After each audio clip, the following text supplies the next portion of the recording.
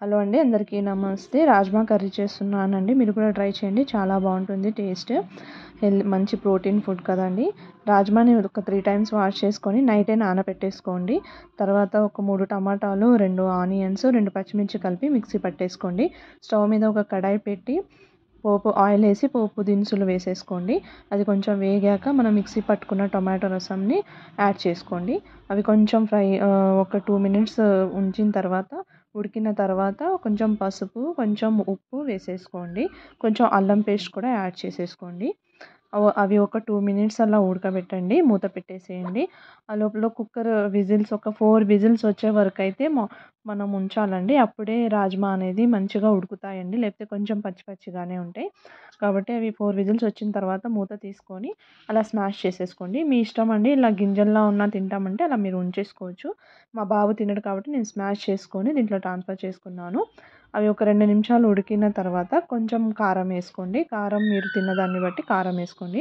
నేను ఒక 1.5 స్పూన్ కారం వేసుకున్నానండి. తర్వాత కొంచెం ధనియాల పొడి వేసుకొని కలిపేసుకోవాలండి. తర్వాత కొంచెం పైనుంచి కొత్తిమీరతో గార్నిష్ చేసేసుకోండి.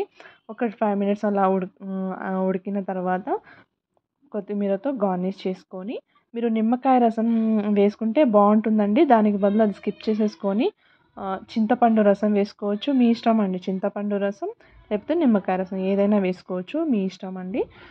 మీకు ఏది ఇష్టం ఉంటుందో దాంతో సర్వ్ చేసుకోండి. తర్వాత సింపుల్గా బిర్యానీ అండి, ఎక్కువ మసాలాలు వాడకుండా పోపు పెట్టుకొని స్టవ్ మీద కడాయి పెట్టి పోపు వేసుకొని కొంచెం క్యారెట్, ఆనియన్స్, పచ్చిమిర్చి, కొత్తిమీర అవన్నీ వేసుకొని వేయించేసుకోవాలండి.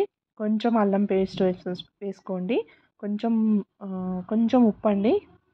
తర్వాత కొంచెం పెరుగు వేసేసుకొని అవి ఫ్రై చేసుకోండి. కొంచెం బ్రౌన్ కలర్ వచ్చిన తర్వాత వాటర్ యాడ్ చేసుకోండి. 1 కప్పు బియ్యంకి 1.5 కప్ వాటర్ సరిపోతుందండి. ఎందుకంటే మెత్తగా వచ్చేస్తుంది, లేకపోతే పొడి పొడిగా కావాలంటే 1 కప్ రైస్కి 1.5 కప్ వాటర్ సరిపోతుంది. ఆ వాటర్ మరిగిన తర్వాత మనం కడిగి పెట్టేసుకున్న బియ్యం యాడ్ చేసుకోండి. తర్వాత అవి చూపించిన విధంగా యాడ్ చేసేసుకోండి. ఉడికిన తర్వాత కొంచెం కొత్తిమీర, పైనుంచి నెయ్యి వేసుకొని సర్వ్ చేసుకోండి. టేస్ట్ చాలా బాగుంటుంది.